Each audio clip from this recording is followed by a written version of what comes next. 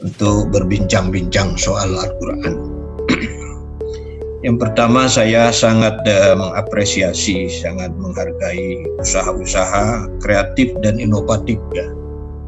Yang selalu saya baca di Google itu sudah banyak inovasi-inovasi kreativitas baru. Ini sebagai bukti ya untuk lillahi kalimatillah, cintaan pada Quran, dan ini tentu harus diteruskan. Yang kedua, yang kita kelola ini bagaimana Al-Quran menjadi menyatu di dalam kehidupan, dia menjadi imam, menjadi nur, menjadi hudan dan rahmat. Ini adalah arah kita ke sana.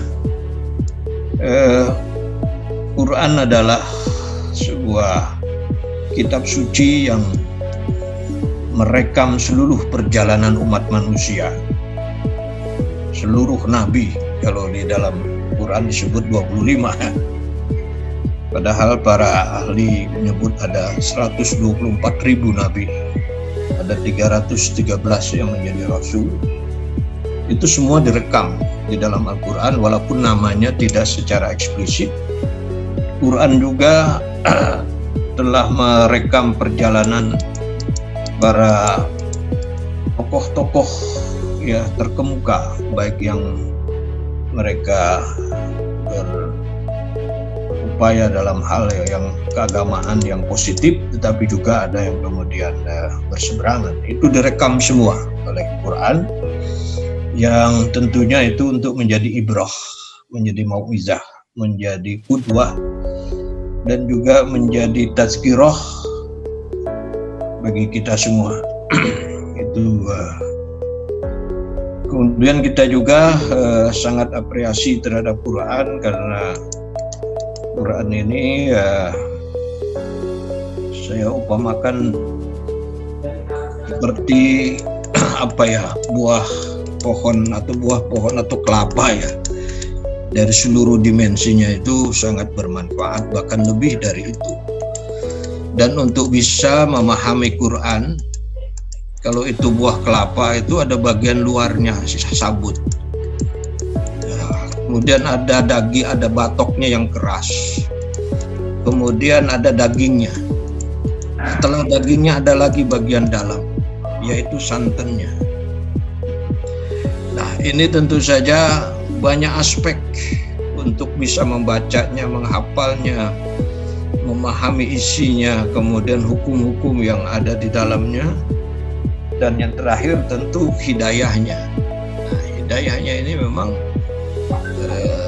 membutuhkan usaha yang sifatnya non fisik, yang sifatnya bukan bersifat akliyah ijtihadiyah, tapi adalah yang bersifat ruhiyah batinnya. Nah, saya akan masuk yang pertama di sini. Kita melihat tren back to spiritual, back to agama, ini adalah harus dijawab kembali kepada Quran. Sebab kalau tidak dijawab ini, nanti orang kembali kepada spiritual, tapi spiritual yang keliru ya, spiritual yang sesat. Dan itulah sebabnya beberapa penulis seperti Peter Connolly dalam bukunya The Approach Study of Religion, dikatakan bahwa munculnya perilaku-perilaku menyimpang ya, seperti ngaku nabi palsu atau orang pergi ke paranormal dan sebagainya, karena ada kerinduan terhadap nilai-nilai agama spiritual tapi tidak dijawab secara tepat. Nah, saya lihat lembaga ini ya, Tahfidzul Quran ini adalah salah satu jawaban, dan alhamdulillah, dan ini menjadi direspon cukup baik, dan orang menghafal Quran itu sekarang sudah menjadi bagian dari psikologis masyarakat yang untuk memperoleh rasa lebih dipercaya dalam hidup ini. Dan kepercayaan atau trust itu adalah sesuatu yang sangat berharga. Oleh sebab itu mereka yang hafal Quran ini itu akan lebih punya peluang ya untuk sukses di dalam berbagai bidang lainnya, karena ada trusted dari, ada sikap terpercaya yang dibangun oleh spiritualitas Al-Quran. Oke, itu yang pertama. Yang kedua, sekarang juga perguruan tinggi itu sudah mengapresiasi terhadap usaha tahfidzul Quran. Saya lihat perguruan tinggi papan atas sudah banyak yang memberikan dispensasi, kemudahan bahkan beasiswa terhadap calon mahasiswa yang hafal Quran, karena mereka yang hafal Quran ini sebenarnya orang-orang jenius. 6.666 ayat atau 6.200 sekian itu bisa dihafal. Itu kan sudah melebihi rumus-rumus fisika kimia gitu ya. Rumus fisika kimia nggak sampai ribuan itu. Nah, jadi lebih berpotensi untuk sukses ya di dalam karir keilmuan lainnya. Itulah sebabnya saya temukan juga ada pola yang dikembangkan, misalnya setelah tamat SMU dia tidak ke perguruan tinggi dulu, dia masuk ke tahfidzul Quran 1 atau 2 tahun, dan setelah itu baru dia kuliah. Nah, perguruan tinggi saya lihat itu ada yang ingin mereka melahirkan para ahli engineer di bidang berbagai sains, tapi juga yang hafal Quran. Wah, ini luar biasa ini. Oke, yang keempat, sekarang sudah banyak hasil penelitian ya yang dilakukan oleh para mahasiswa dan para peneliti yang melihat bahwa lembaga tahfidzul Quran ini sudah menerapkan manajemen sebagai sebuah upaya memberdayakan seluruh potensi baik SDM fisik non fisik untuk mencapai tujuan. Itu inti dari dari manajemen. Jadi seni mengelola, mendayagunakan semua potensi untuk mencapai tujuan yang secara tradisional kita sudah hafal semua. Itu ada planning, ada organizing, ada actuating, ada controlling, ada supervising, evaluating. Itu model manajemen lama ya. Tokohnya antara lain Henry Fayol, itu kita tahu itu. Nah, menurut hemat saya sekarang ini diperlukan 2 manajemen yang dalam konteks memenuhi tuntutan masyarakat modern yang ingin segala sesuatunya unggul, serba cepat, sesuai dengan karakter masyarakat global yang itu menuntut profesionalitas, kecepatan, berbasis IT dan seterusnya. Terkait dengan itu, maka pilihannya kita adalah manajemen strategik. Saya kira ini sudah dalam manajemen strategik, fungsi-fungsi manajemen dikonstruksi menjadi 3 langkah besar, yaitu strategic planning, strategic implementing, dan strategic evaluating. Ya. Nah, strategic planning ini, saudara kawan-kawan semua, itu adalah bagaimana sebuah strategi, sebuah perencanaan yang bisa melakukan perubahan secara cepat dan menghasilkan daya saing ya, keunggulan yang berdaya saing. Sebab strategic management itu ujungnya adalah competitive advantage, keunggulan yang berdaya saing.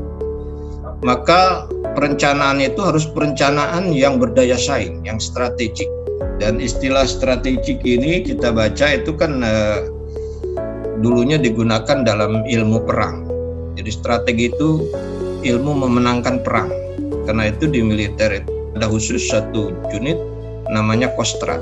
Kostrad itu khusus bagaimana ngatur perang itu supaya menang. Nah, pendidikan menggunakan strategic planning karena pendidikan ini sekarang juga dia harus bersaing. Jadi pendidikan sekarang tidak cukup kita bikin pendidikan hanya dengan modal lillahi ta'ala, ya, atau modal kalau dalam bahasa Sunda itu modal kumaha engke. Kumaha engke itu bagaimana nanti, tapi harus engke kumaha. Itu Al-Hasyr kan, Al-Hasyr 59 itu, wal tanzur nafsum ma qaddamat liqad. Itu jadi strategic planning itu sana, maka di situ harus ada SWOT. SWOT yang kita tahu adalah harus apa sebenarnya kekuatan yang kita miliki, strength kita apa, kelemahan kita apa, peluang kita apa, lalu tantangan, ya, treatmentnya itu juga apa. Nah, dari 4 ini, SWOT ini itu bagian 2 poin itu adalah masalah internal.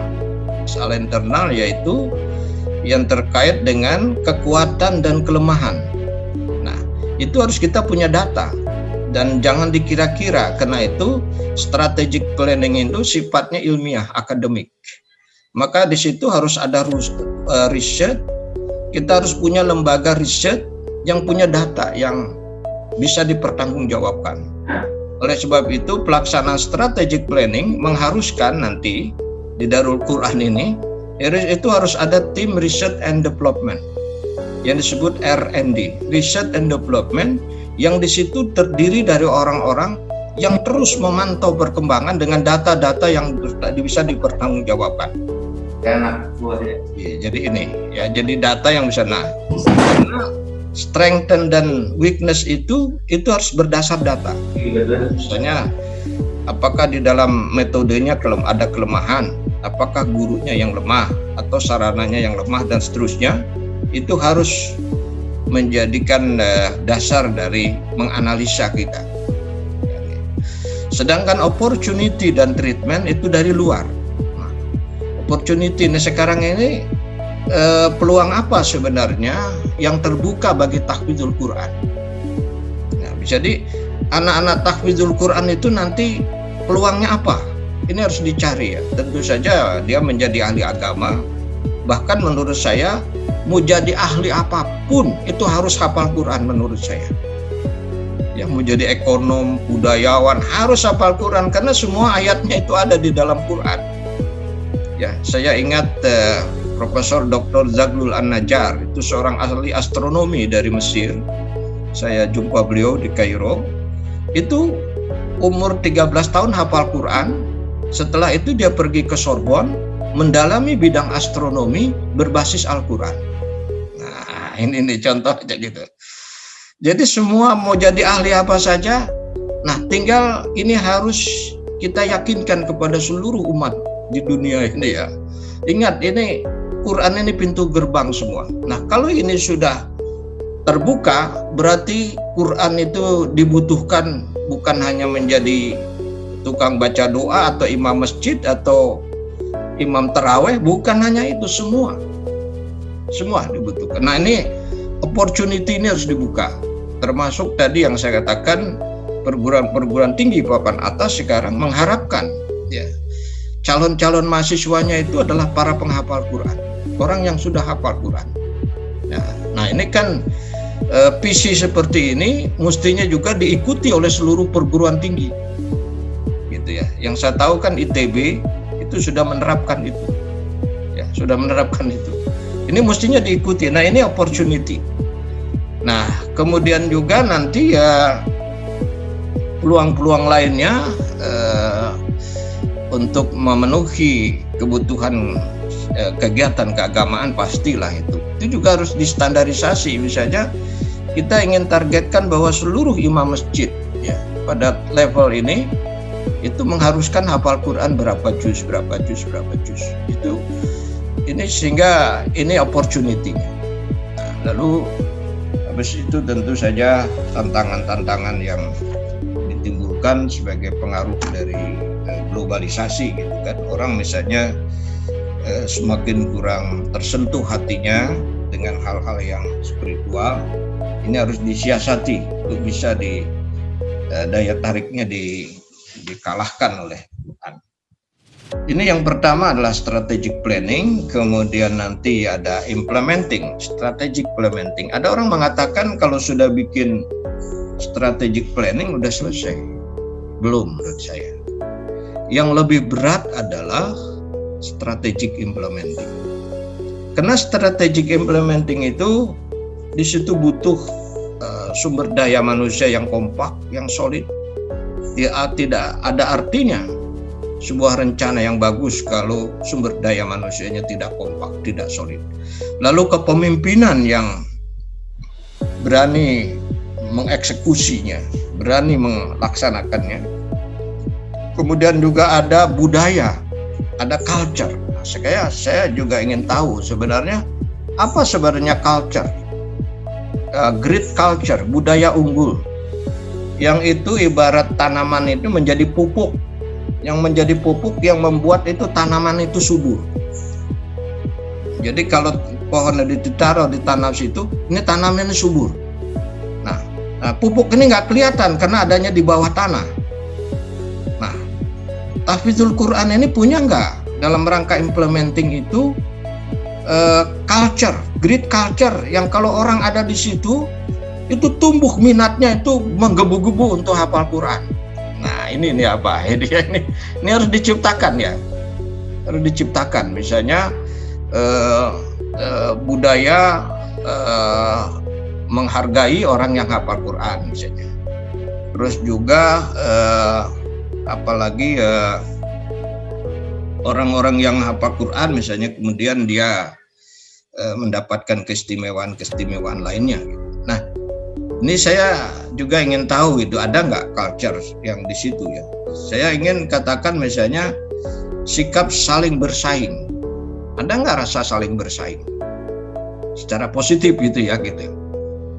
Kemudian ada rasa ingin selalu yang jadi yang the best. Ya. Beberapa penelitian mengatakan bahwa great culture artinya budaya unggul ini adalah nilai yang mampu mendorong, mengencourage sebuah perusahaan. Karena itu seorang pimpinan ketika memimpin suatu perusahaan, lihat sikap budaya karyawannya. Nah, sikap budaya ini diambil dari nilai-nilai kehidupan. Apakah nilai-nilai ini mendorong dia untuk maju, apa nilai ini justru membawa dia mundur? Nah, ini perlu dianalisis budaya-budaya, great values, yang menjadi atmosfer, yang menjadi pupuk, yang mendorong orang jadi hafal Quran. Nah, saya ingat waktu saya di pondok pesantren dulu, itu metodenya yang ditemukan di sana tuh metode Simai ya, terutama pada sholat-sholat yang zahar ya, sholat maghrib, isya, subuh. Itu santri-santri itu mendengarkan bacaan kiainya Quran. Sehingga dalam 3 bulan sekali itu biasanya Quran itu tamat. Nah, jadi ini menjadi atmosfer itu, menjadi daya tarik orang pada datang ke masjid karena untuk membereskan hafalan dia. Nah, itu misalnya budaya itu. Terus kita di pesantren juga dulu sempat hafal Alpiyah karena ada budaya menghafal di sana. Sebelum sholat itu kita wiridannya Alpiyah. Nah, jadi ini culture ini budaya. Nah, itu di dalam implementasi harus seperti itu ya. Harus ada kekompakan dari guru dan seterusnya, ada pimpinan, ada budaya. Antara lain itu untuk implementing. Di samping juga dalam implementasi itu juga harus ada keberanian untuk mengambil keputusan, karena ada orang sudah dikasih wewenang tapi takut mengeksekusinya karena takut salah dan sebagainya. Baru yang ketiga adalah strategic evaluating. Ini strategic evaluating ini kepada guru dan sebagainya itu ketika ngajar tuh jangan dikasih cek kosong, diberi target. Kalau perusahaan itu biasanya target 1 meningkatnya jumlah pemasaran, 3 meningkat keuangan, kedua, ketiga misalnya kualitas SDM meningkat, misalnya targetnya itu. Kalau misalnya lulusannya IPK-nya berapa, dosennya harus menamatkan pendidikan apa. Nah, jadi pimpinan, guru itu harus dikasih itu, jangan dikasih cek kosong. Jadi ada target, ini yang disebut sebagai, ada yang menyebut IQ ya, indikator kinerja utama gitu. Ya, indikator kinerja utama, lalu setiap akhir tahun itu dievaluasi, lalu capaiannya itu berapa persen grade-nya.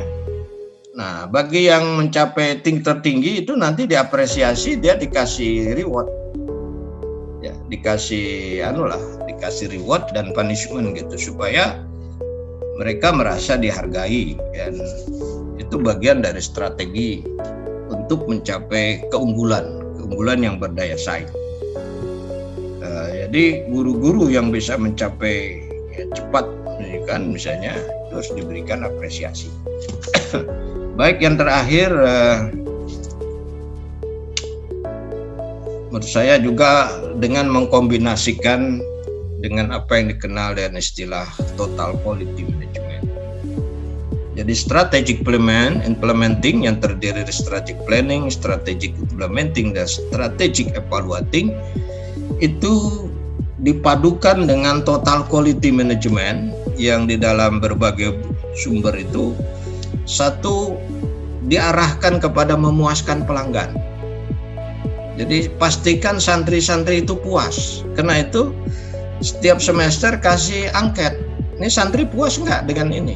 Gitu ya. Jadi itu. Nah, indikator kepuasannya ada nanti. Ya, mungkin dari tepat waktunya, cara menyampaikannya, terus perhatiannya itu ada itu. Ya, dia puas nggak itu? Ada satisfaction ya.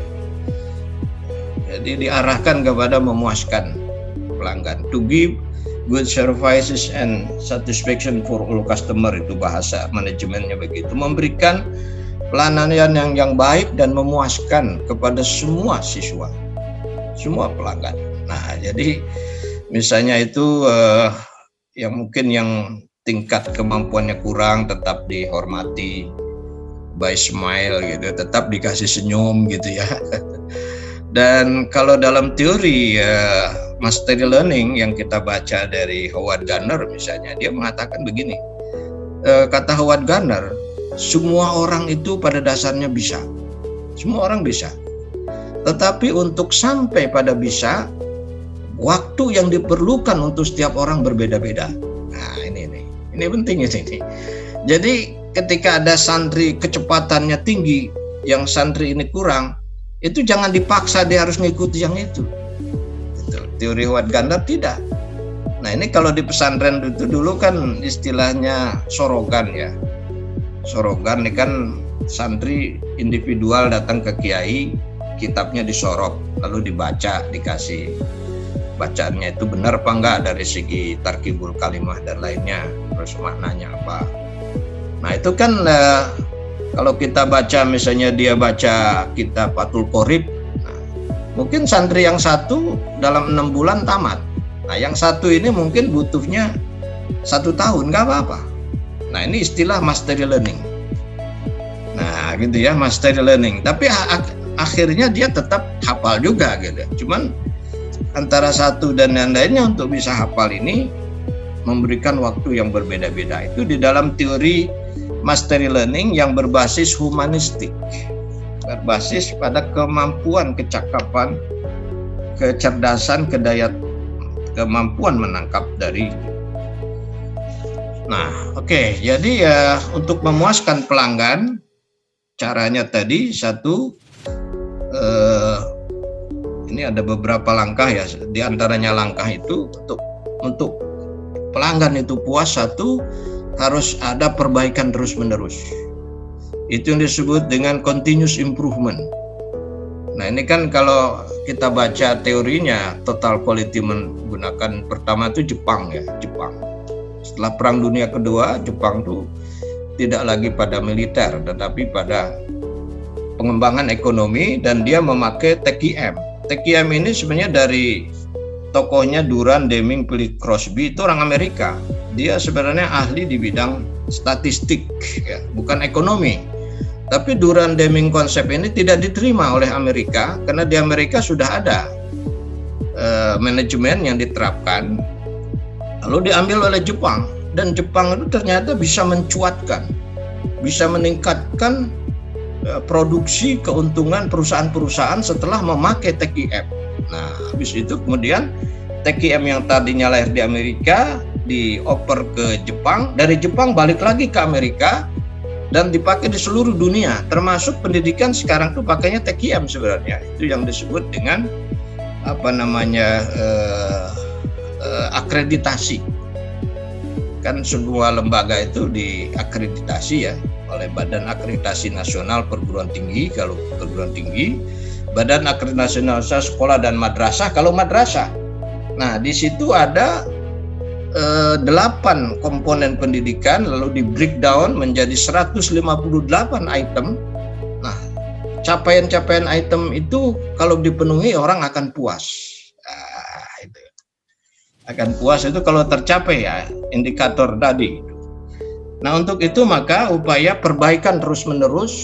Jadi kita dalam 6 bulan ini misalnya pengajaran itu harus ada tim yang terus mengimprove dari seluruh aspeknya, ya, terutama tentu di dalam metode hafalannya itu barangkali ya. Yang saya baca di laporan-laporan penelitian tuh banyak ya.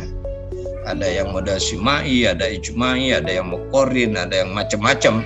Nah, saya ingin guru-guru coba masing-masing bikin metode sendiri-sendiri, gitu. Beristihad gitu ya.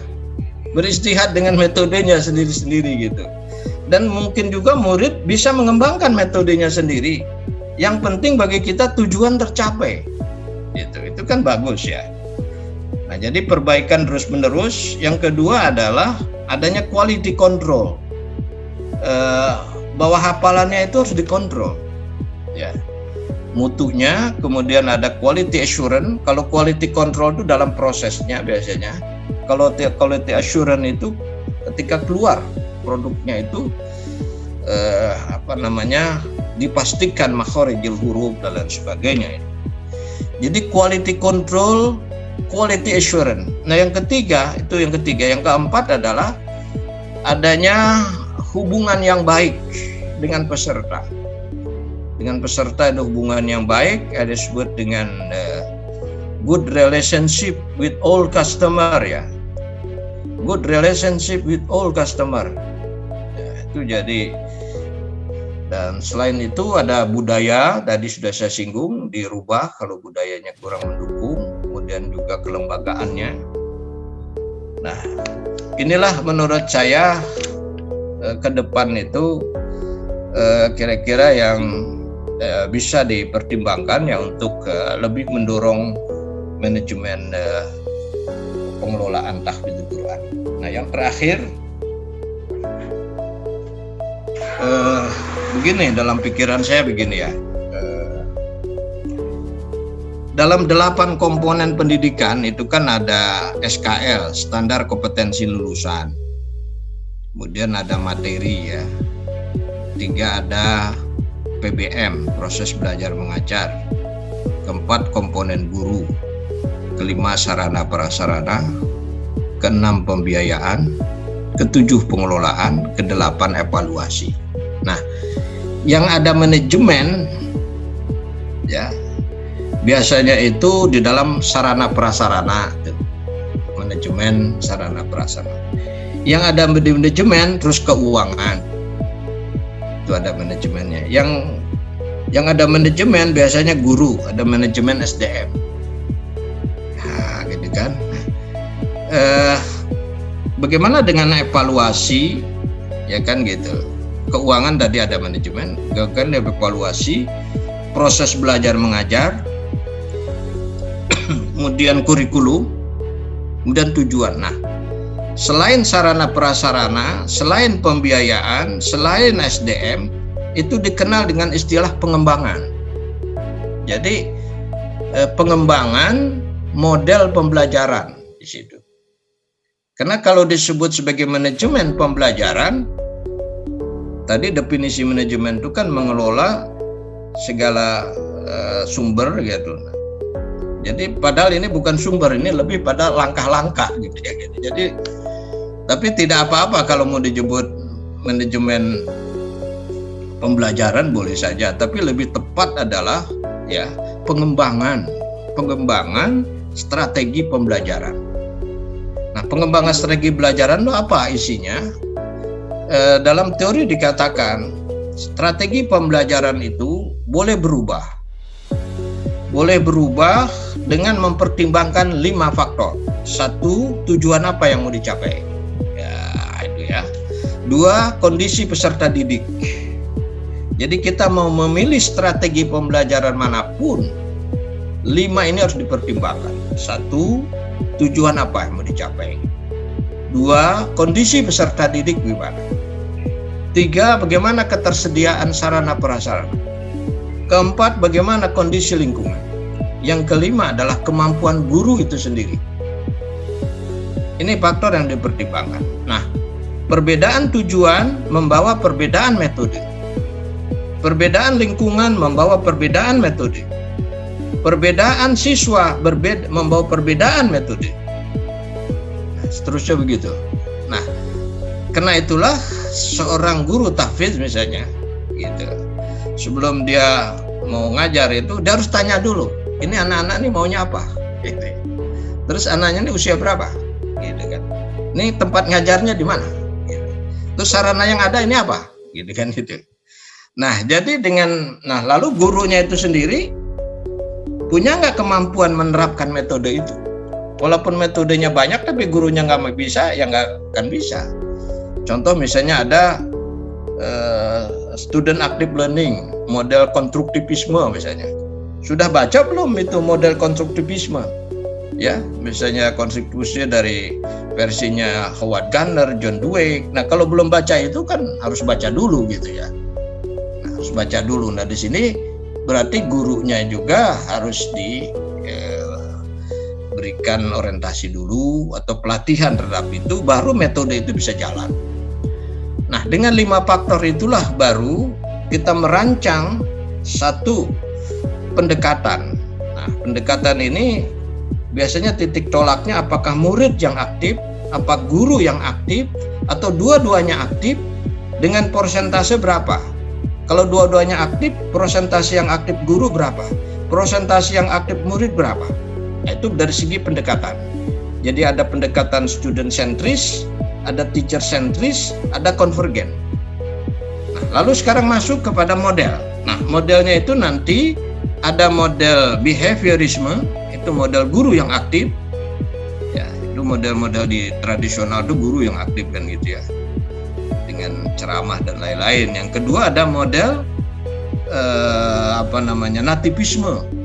Ya, konstruktivisme. Jadi di situ siswa yang aktif dan ada model konvergen. Nah, ketika kita milih student sentris misalnya, guru pelajar yang aktif, maka nanti metodenya apa? Nah, maka metodenya misalnya pemecahan masalah, metodenya penugasan, metodenya kemudian inquiry, ya, menemukan, terus metodenya discovery. Nah, metode-metode ini harus cocok dengan model tadi. Apakah konstruktivisme, apa nativisme, apa konvergen, atau behaviorisme. Nah, baru setelah metode, baru di situ ada teknik. Nah, di bawah teknik ada taktik. Nah, gitu ya. Orang misalnya menggambar satu itu. Hasil gambarnya sama, tapi teknik taktiknya beda menggambar. Atau yang paling kelihatan teknik taktik itu dalam permainan bola, ya. Jadi ada pendekatan, ada model, ada metode, ada teknik, ada taktik. Itu satu kesatuan. Pengembangan itu di situ adanya.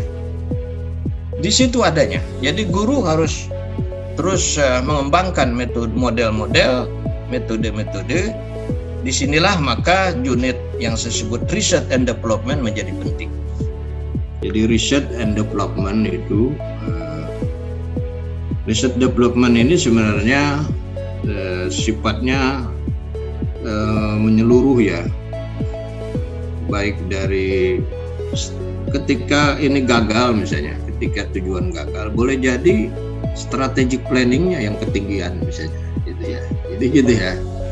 Ini ekspektasinya terlalu tinggi gitu, sehingga tidak realistik misalnya. Yang kedua bisa saja implementingnya yang lemah, implementing yang lemah, dan bisa juga adalah kepada evaluatingnya juga lemah. Jadi R&D ini meriset tiga-tiganya itu, ya, meriset tentang strategik, tentang perencanaannya, meriset tentang implementasinya, dan meriset tentang evaluasinya sendiri.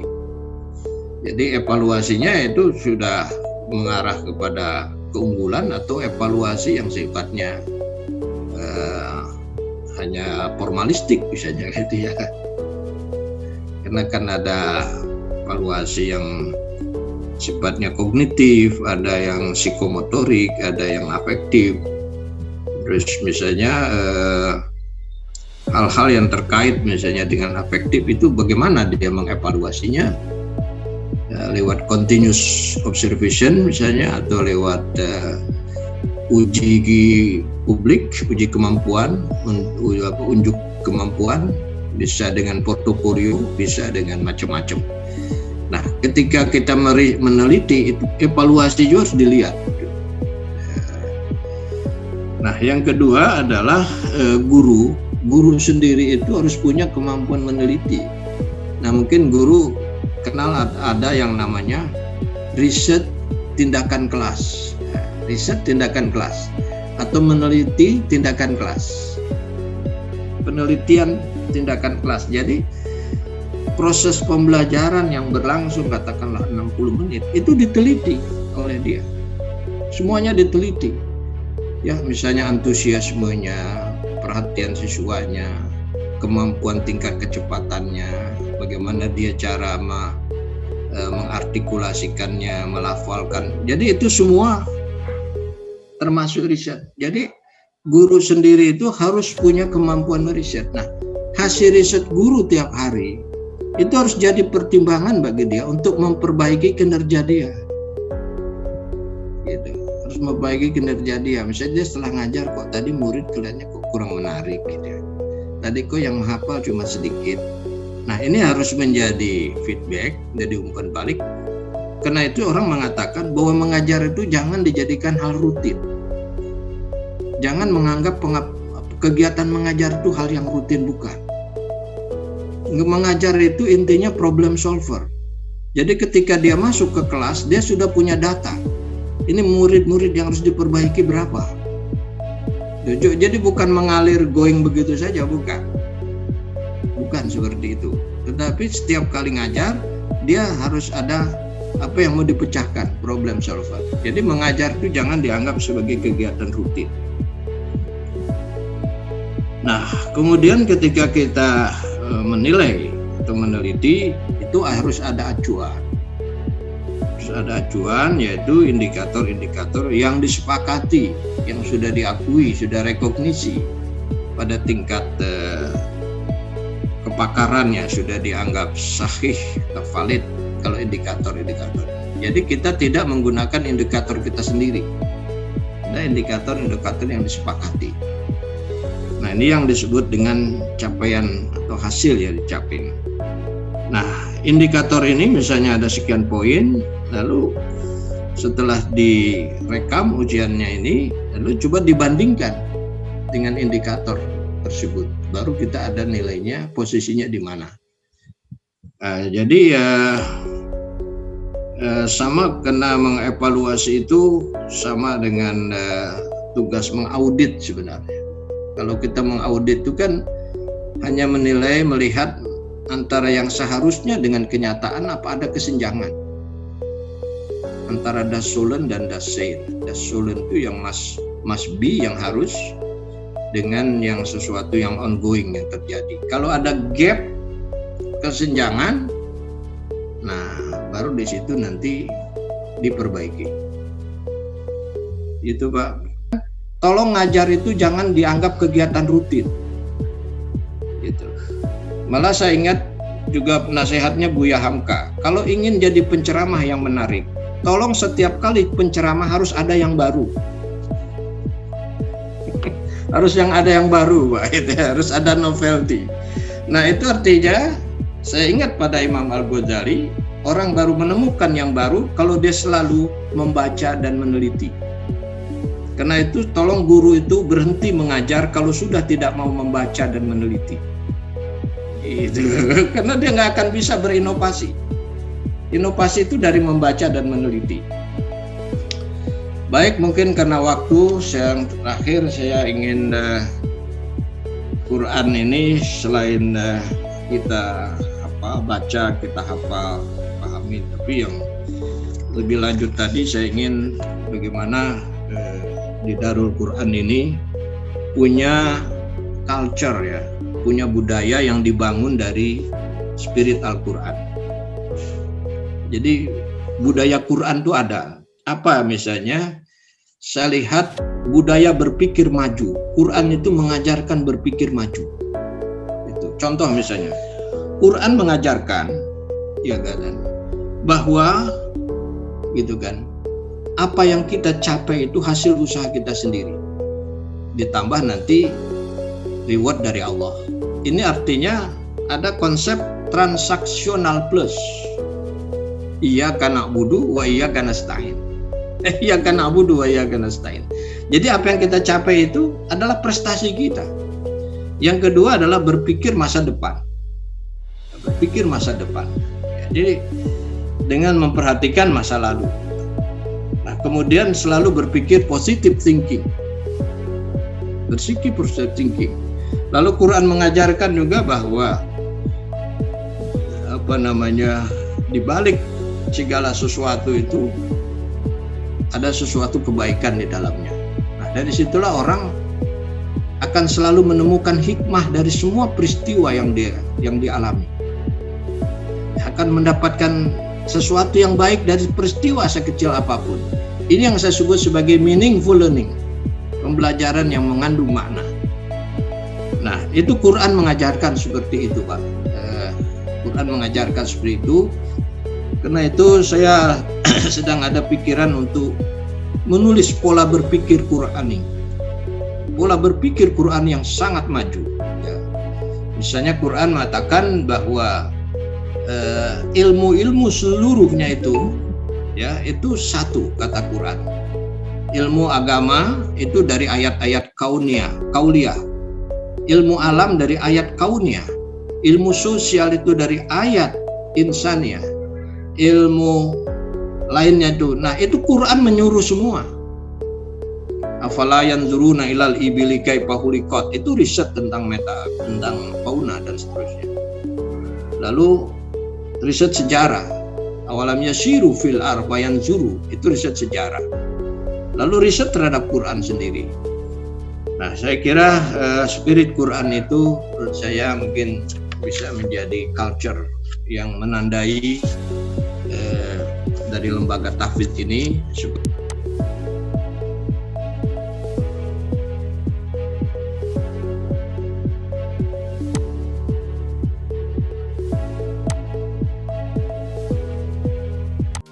Assalamualaikum warahmatullahi wabarakatuh. Ahlan wa sahlan di pesantren Tahfidz Darul Quran. Nama saya Raden Andika Bimo. Hari ini saya akan menemani teman-teman sekalian untuk berkeliling di area pesantren Tahfidz Darul Quran. Gak sabar, yuk kita lihat. Didirikan oleh Kiai Haji Yusuf Mansur pada tahun 2005, kini pesantren Tahfidz Darul Quran telah tersebar di berbagai provinsi di seluruh Indonesia. Dan sekarang kita akan melihat pesantren Tahfidz Darul Quran Tangerang.